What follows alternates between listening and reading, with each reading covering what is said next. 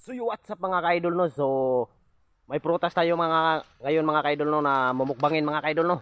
So alam niyo mga ka-idol kung anong klaseng prutas to mga ka-idol no. Yan tingnan niyo mga ka-idol no.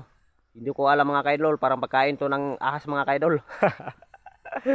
So natatakot ako dito mga ka-idol no kasi hindi natin alam kung anong prutas to mga ka-idol no. So, pero susubukan natin to mga ka-idol no kung masarap pa. So tikman natin to mga ka-idol no. Yan tingnan niyo yung dahon niya mga ka-idol no. Hindi ko alam kung anong klaseng prutas to. Parang sabi nila mga kaidol, pagkain ng ahas to. Yan oh, bilog-bilog pa mga kaidol. Wala to sa atin mga kaidol, hindi natin ito alam. Yan mga kaidol no. So comment lang kayo mga kaidol kung anong klaseng prutas to. Anong tawag ninyo dito mga kaidol.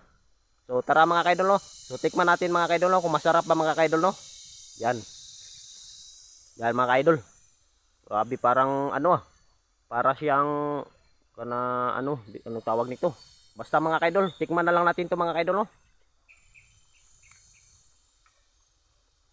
Mm.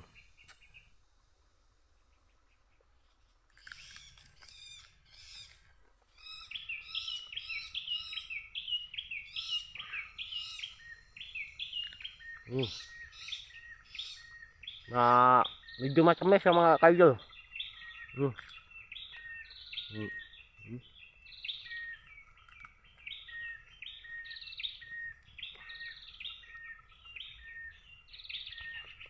Yan, masarap at yung mga kaidol. Masarap mga idol, medyo maslom. Medyo matamis konti. Yan.